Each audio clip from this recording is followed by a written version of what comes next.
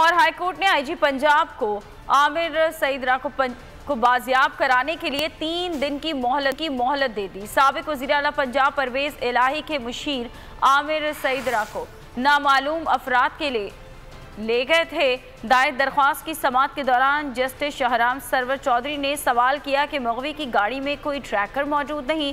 IG ने कहा कि गाड़ी में ट्रैकर भी जैम कर दिया जाता है। वकील ने बताया कि आमिर सईद का व्हाट्सएप कल ऑन किया गया था। अदालत ने आईजी को 10 फरवरी तक आमिर सईद को बाजियाब करा के पेश करने का हुक्म दे दिया।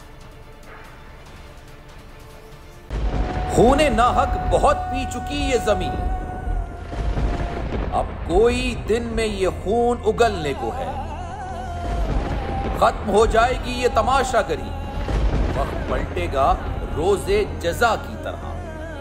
ये जो पेशावर में ताजा लहू है बहा, एक क़यामत करेगा फलक पर बपा। गम की सलमनाक घड़ी में बोल सानिया पेशावर में शहीद होने वालों के लवाहिकीन के साथ है। सब्सक्राइब करें और बेल दबाएं ताकि कोई खबर रह न जाए।